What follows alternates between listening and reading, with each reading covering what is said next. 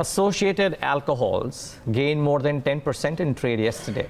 This after exchange filings showed that Dolly and Rajiv Khanna, marquee investors, picked up more than 1% in the company. It's a very small stake.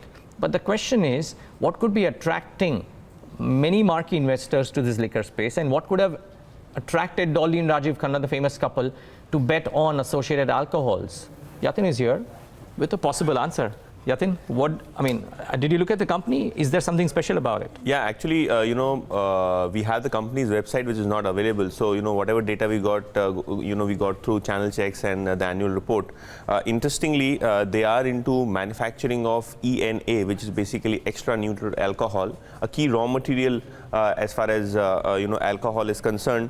They have a plant operating out of Madhya Pradesh. And interestingly, they plan to double this capacity of ENA significantly over the next few years. Also, something interesting to note is that they are the single largest supplier or the single point supplier to Smirnoff vodka in India. So the raw material used for making Smirnoff vodka is produced by Associated Alcohol. They have been one of the largest, vendors to Diageo and United Spirits, of course, since the 1990s. So that is the kind of pedigree we are talking about. Neeraj, also to note that, they target to double their capacity to 7 crore liters. So the capacity will get doubled in a year and a half time from here on, is what the annual report says. And also, what will drive this consumption? Why this doubling of capacity? Because the company believes that the consumption of alcohol in India is increasing significantly.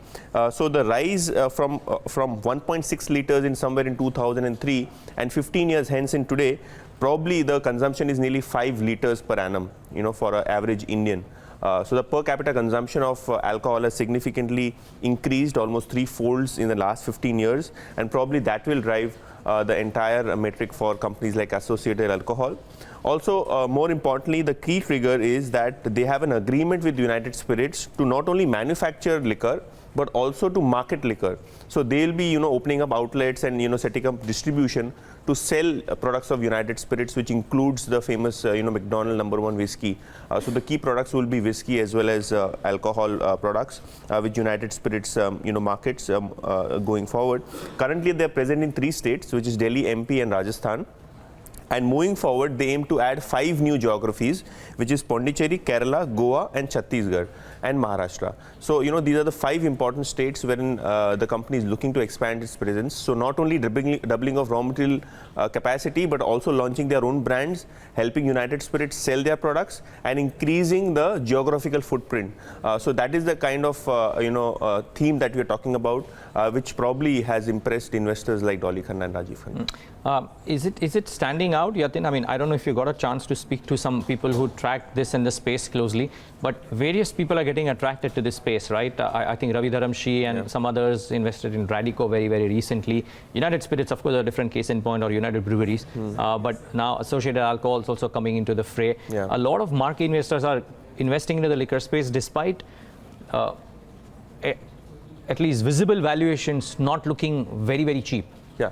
So, same is the case with Associated Alcohol. Okay. If you saw the company 2-3 years back, you probably wouldn't touch it because the top line, used to be very stagnant. Okay. Now the company has announced not only doubling of their raw material capacity, but also tying up with United Spirits, selling their brands and increasing the geographical presence. So, all in all, from a plain vanilla raw material manufacturer, the company is looking to launch its own brands, help United Spirits grow its volume and its presence across India.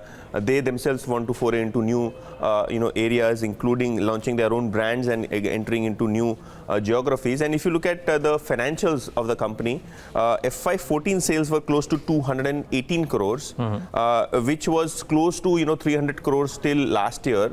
And in the 9 months of FY18, they already done sales of 250 crores. So the run rate has been steady and good as far as the top line is concerned. But look at this, the margins have improved significantly. So in FY14, 4 years back, the company's EBITDA margins were close to 11%. Today, in the 9 months FY18, the margins have been 16.4%. So we have seen almost a 5% point improvement in their margins. Profitability from FY14, the profits were close to 6 crores. Today, in the 9-month FY18, the profits are 21 crores for the company.